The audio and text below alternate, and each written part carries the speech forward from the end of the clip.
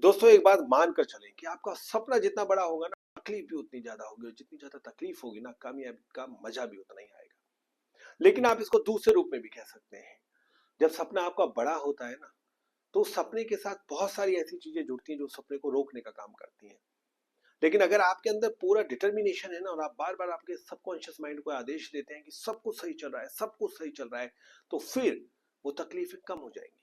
वो तकलीफें आएंगी लेकिन आपको छू के चली जाएंगी। जनता के लिए, लोगों के लिए वो जरूर तकलीफ रहेंगी, लेकिन आपके लिए बस छोटे मोटे हर्डल्स रहेंगे।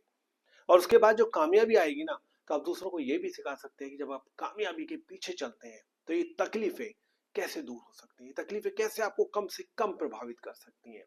एक बात को जरूर आप ध्यान रखें, अगर आपका लक्ष्य सच्चा है, आपके लक्ष्य से आपको खुशी मिलती है, तो ये तकलीफें आपका कुछ नहीं बिगाड़ सकती हैं।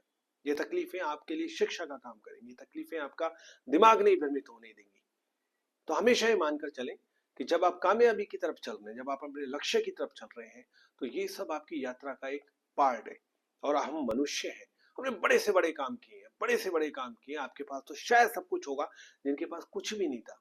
किसी के पास फिजिकली कुछ नहीं था, किसी के पास संसाधन के रूप में कुछ नहीं था, फिर भी उन्होंने वो सब कुछ पाया है जिसका आप सपना देखते हैं।